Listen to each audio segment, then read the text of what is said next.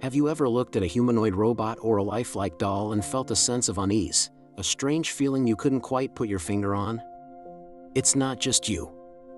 This eerie sensation is a well-documented psychological phenomenon. What if I told you this feeling is deeply rooted in our evolutionary past, a survival instinct that has protected us for millennia? We are about to venture into a place where the familiar becomes unsettling, and the line between human and machine blurs. This is the Uncanny Valley, and understanding it is crucial as we stand on the brink of a new era dominated by artificial intelligence and robotics. The term Uncanny Valley was first introduced in the 1970s by a Japanese robotics professor named Masahiro Mori. He proposed a fascinating hypothesis about our emotional response to objects that appear almost, but not quite, human. Mori created a graph to illustrate his idea. On one axis, he placed an object's human likeness, and on the other, our emotional response to it. As an object becomes more human-like, our affinity for it generally increases. For instance, a simple industrial robot arm doesn't bother us.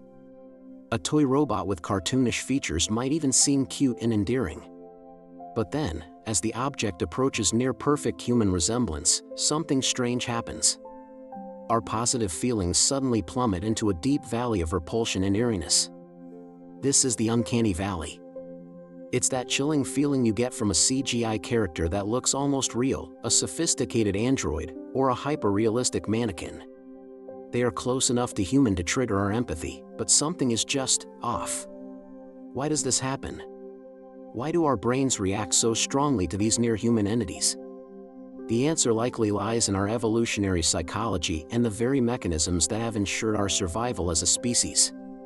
One of the most prominent theories is rooted in our innate need for mate selection and health assessment. For thousands of generations, our ancestors had to quickly and accurately judge the health and viability of other humans. Subtle imperfections in appearance, a slight asymmetry in the face, an unusual skin tone, or jerky movements could be indicators of illness, genetic defects, or disease. Our brains evolved to be highly sensitive to these cues. An individual who could subconsciously detect these signs and avoid potential threats would have a greater chance of producing healthy offspring and surviving. This instinct became hardwired into our neural circuitry. When we encounter an android that is almost perfectly human, it triggers this ancient glitch detection system. We see a face that looks human, but the skin texture is too perfect, the eyes don't blink quite right, or the movements are too smooth and precise. Our brain flags these subtle inconsistencies as potential signs of something wrong, activating the same feelings of revulsion we would feel towards a corpse or someone with a contagious disease. It's a primal warning system screaming, "Stay away." Another compelling explanation involves our brain's predictive processing abilities. Our minds are constantly creating models of the world and making predictions about what will happen next. We expect a human face to behave in a human way. We anticipate subtle facial expressions, the natural rhythm of breathing, and the almost imperceptible shifts in gaze that accompany human interaction. These are predictions our brains make thousands of times a day without us even realizing it. An android in the Uncanny Valley violates these predictions.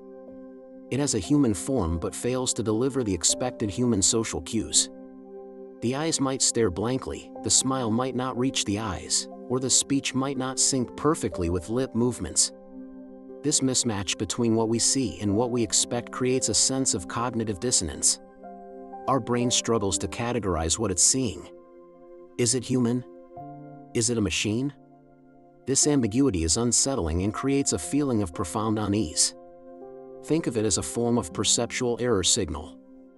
Your brain is essentially telling you that its model of reality has been broken, and that is a deeply disconcerting experience. There is also the dimension of existential dread. Human-like robots force us to confront difficult questions about what it means to be human. If a machine can look, move, and even talk like us, where's the dividing line? This can trigger a deep-seated fear of being replaced or losing our unique identity. We see a reflection of ourselves, but it's a cold, mechanical one, devoid of consciousness, emotion, and the soul we believe makes us special. This existential anxiety is amplified by our cultural narratives. Countless stories in literature and film have warned us about artificial beings turning against their creators. These stories tap into our collective fear of the unknown and the potential dangers of creating things in our own image. The Uncanny Valley, therefore, isn't just a quirk of perception, it's a complex psychological response tied to survival, social cognition, and our very definition of self. So, what does this mean for the future?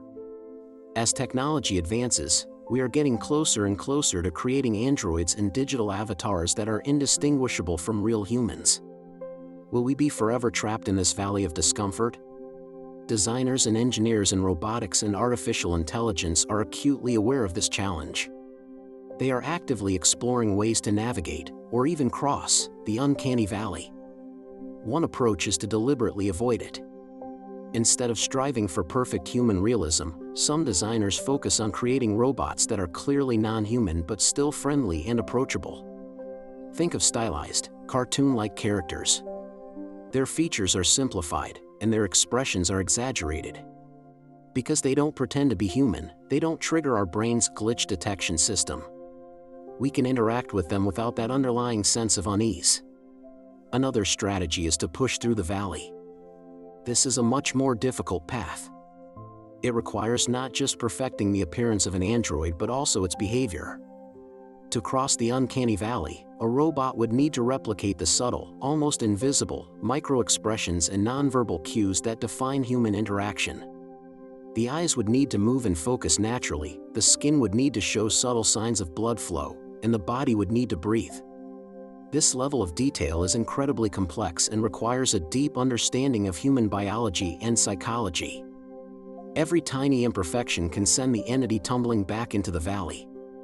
The implications of the Uncanny Valley extend far beyond robotics.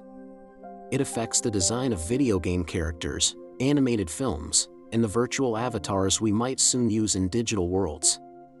As we spend more of our lives interacting with AI, whether it's a customer service chatbot or a virtual assistant, understanding this phenomenon becomes critical for creating positive and effective human-computer interactions. Will we one day welcome perfectly human-like androids into our homes as companions or caregivers? Or will that ancient, primal feeling of unease always keep us at a distance? The journey through the Uncanny Valley is a journey into ourselves. It reveals the intricate workings of our own minds and the evolutionary instincts that continue to shape our perception of the world. As technology continues to mirror humanity with increasing fidelity, the questions raised by the Uncanny Valley will only become more urgent. It forces us to think about the kind of future we want to build and our relationship with the intelligent machines we create. The line between the real and the artificial is blurring, and the Uncanny Valley is the fascinating, and sometimes frightening, frontier of that new reality. Thank you for joining us on this exploration. If you find these dives into the mysteries of the human mind and technology interesting, be sure to subscribe to Documentary Reel for more.